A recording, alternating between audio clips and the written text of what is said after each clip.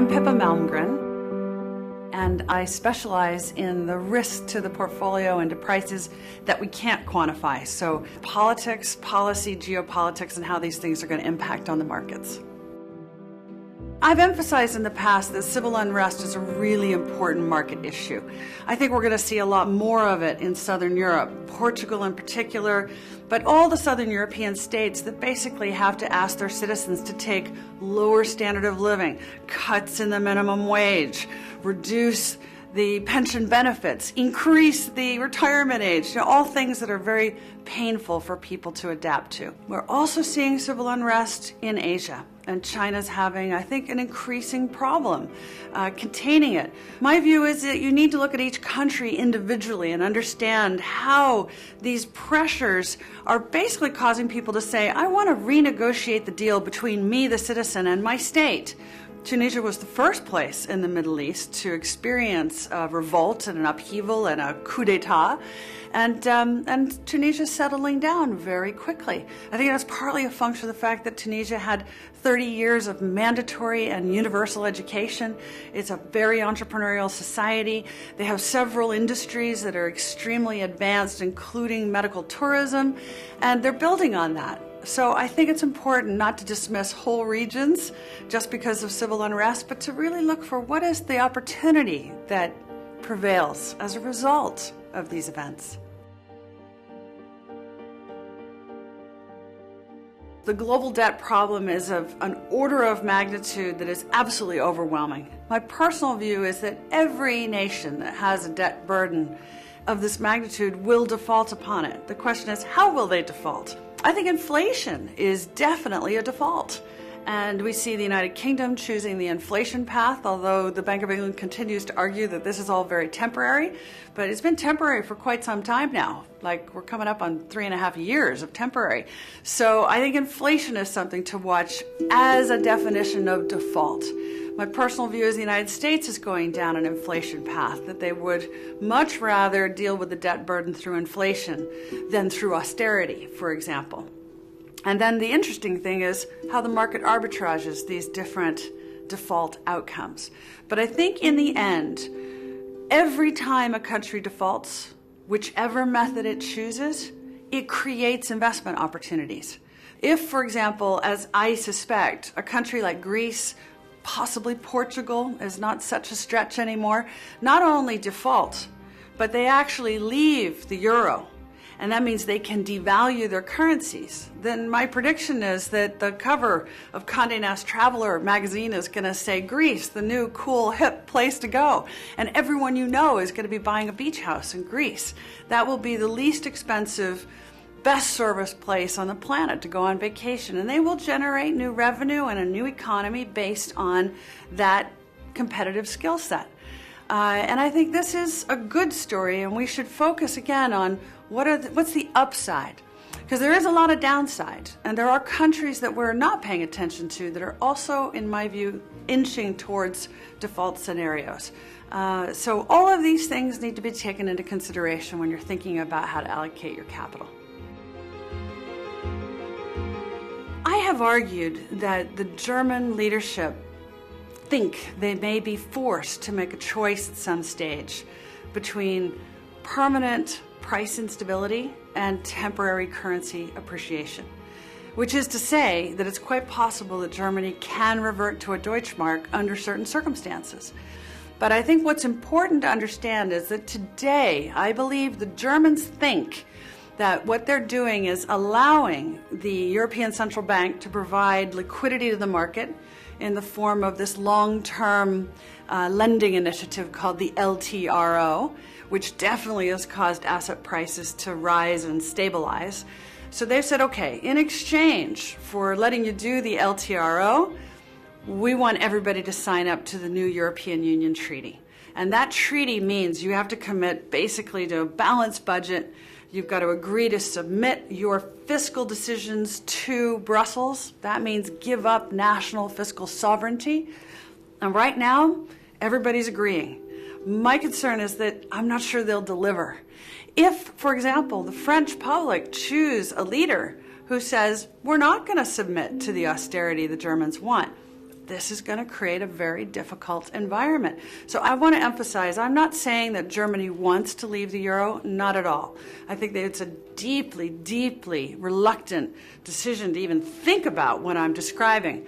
But one has to consider, what would the German economy be subjected to if everybody else doesn't do what the Germans want? So I think that my bet is the composition and membership of the euro will not be the same a year from now as it is today. I'm not saying that Germany will exit, but I am saying that unless somebody else does, it's going to create real pressure in Germany, and we need to be paying attention to that. Well, I'm very optimistic, actually, about what I see on the world economic landscape. In the United States, we are definitely seeing a revival of manufacturing. We are seeing companies move their production facilities out of Asia back to the United States. And it's being caused by the narrowing of the wage differential with China and the fact that the oil price is high. It's everything from elevator production to jewelry production, shoes, clothing, metals and machinery. It's all sorts of different things. It's also in the UK. For example, textiles production in the United Kingdom is also being revived, because the UK is really good at this. And so Yorkshire starts to get some jobs again in textiles. Who would have guessed? Similarly, I'm very optimistic about what's going to happen in Western Europe. And then finally, China. Everyone has to have a view on China.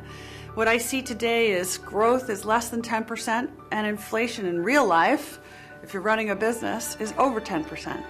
So that's not a great picture. That means they're flat. They're zero.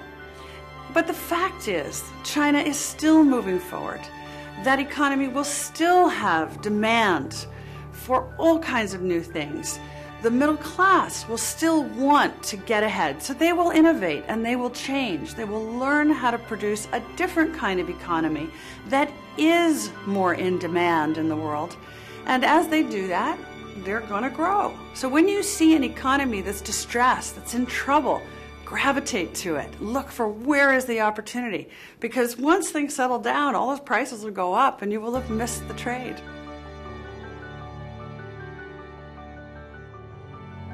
Politics clearly play a much larger part in markets than they have in probably more than a generation. When people think about politics, they think about elections.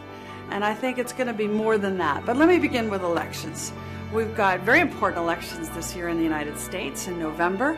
So I think it's still an open question whether the recovery equals the incumbent winning again. I think it's going to be a big horse race. We may not know till the very last minute where the American public is on who the next president should be. So, for example, when the president says he wants to tax the rich, it's very easy to assume that he's aiming at Warren Buffett or Zuckerberg or any of these very high-profile, really hyper-wealthy people.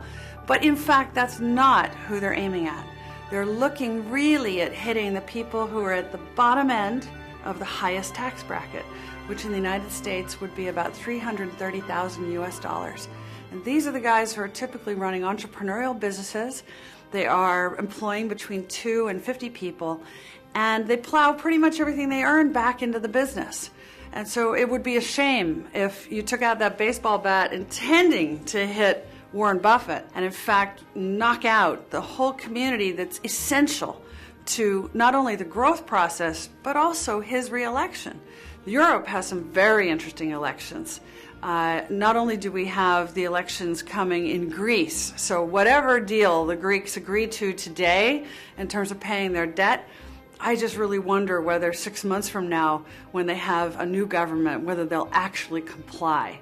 And that's an issue for all the European countries. The most important election in Western Europe is in France. And what we see in France is that President Sarkozy is definitely not winning in the polls today. But what we do see is his principal opponent, François Hollande, is coming out saying, hey, why do we have to have this austerity? Why do we have to accept so much pain? Maybe we don't have to do that. Well, if France isn't going to adhere to the austerity path that Germany is demanding in exchange for permitting the ECB to provide liquidity, in exchange for underwriting some of the debt of Western Europe, well, you can't expect that the Italians or the Spaniards or anybody else is going to do a better job than the French. So this has great meaning in a European context, which way politics go in France. People are always asking me, what is the new sector that's going to lead us out of the difficulties we find ourselves in? They are expecting an answer like it'll be high tech or it'll be medical services, or they want something specific, but that's never the way it works. What you have to look for are signs of innovation. You have to look for signs that people are inventing new ways of doing things that generate revenue and income and grow into bigger companies. And so this is our signal that innovation and change are underway. So instead of trying to find a sector, instead look for these stories of entrepreneurial innovation. That's our signal that the economy is finding ways to restore itself.